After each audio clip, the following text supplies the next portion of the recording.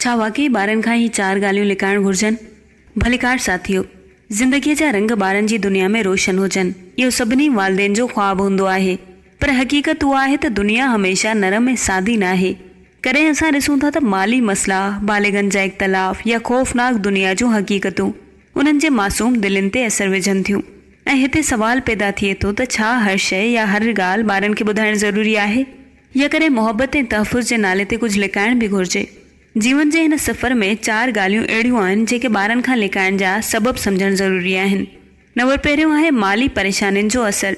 मालियाती दबाव ॿारनि जे ज़हनी सिहत ते वॾो असरु विझंदो आहे। हिकु सर्वे मूजिबि अमरीका में 60% वालदेन माली मसइलनि जे करे ज़हनी परेशानियुनि में फाथल आहिनि।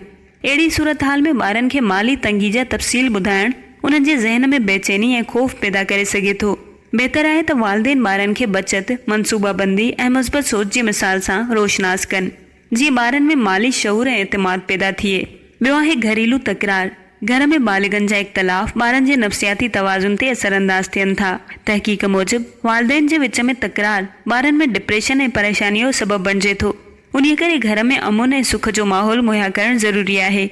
ॿारनि खे सिख्या ॾियो त इख़्तिलाफ़ ज़िंदगी जो हिसो आहिनि, पर मोहबत ऐं एहतराम हमेशा बरक़रार रहणु घुर्जे। टियों आहे मनफ़ी आदतुनि जो असरु। तमाक जो इस्तेमालु, शराब या ॿियनि मनफ़ी आदतुनि जो ॿारनि ते सिधो सो असरु पवे थो। तहक़ीक़ ॾेखारे थी त अहिड़ा ॿार मुस्तक़बिल में अहिड़ियूं आदतूं अख़्तियार करण जा वधीक इम्कान रखनि था। वालदेन लाइ बहितर आहे त उहे पंहिंजे आदतुनि सां ॿारनि लाइ मिसाल क़ाइमु कनि, सेहतमंद ज़िंदगी जा सबक़ ॾियनि ऐं मनफ़ी आदतुनि बाबति नरम ऐं सचो राब्तो अख़्तियार कनि। चौथों, ख़ौफ़नाक या परेशान कंदड़ हक़ीक़तूं। हादिसात, फितरी आफ़तूं या ख़ौफ़नाक दुनिया जूं हक़ीक़तूं ॿारनि खे बेचैन करे सघनि थियूं। तहक़ीक़ मूजिबि अहिड़ा तजुर्बा पोस्ट ट्रॉमेटिक स्ट्रेस यानी PTSD जहिड़नि ज़हनी सिहत जे मसइलनि जो सबबु बणिजी सघनि था। उन्हीअ करे ॿारनि खे हक़ीक़त सां मरहलेवार ऐं नरम अंदाज़ में रोशनास करणु घुर्जे, जीअं उन्हनि जी दिलि में ख़ौफ़ ऐं बेचैनी पैदा न थिए, उहे दुनिया खे एतमाद ऐं अमन सां सम्झी सघनि। वालदेन लाइ बहितर आहे त उहे पंहिंजे ॿारनि खे अहिड़ो माहौल मुहैया कनि जेको महफ़ूज़, रोशन ऐं मोहबत भरियो हुजे। ॿारनि खे महफ़ूज़, ख़ुशि ऐं मज़बूत बणाइणु असांजी ज़िम्मेवारी आहे, ऐं उन्हनि खां कुझु शयूं लिकाइणु हिकु सोचल, मोहबत भरियो इंतख़ाब आहे जेको ॿारनि जी ज़िंदगी खे रोशनी, अमन ऐं एतमाद संभरे थो।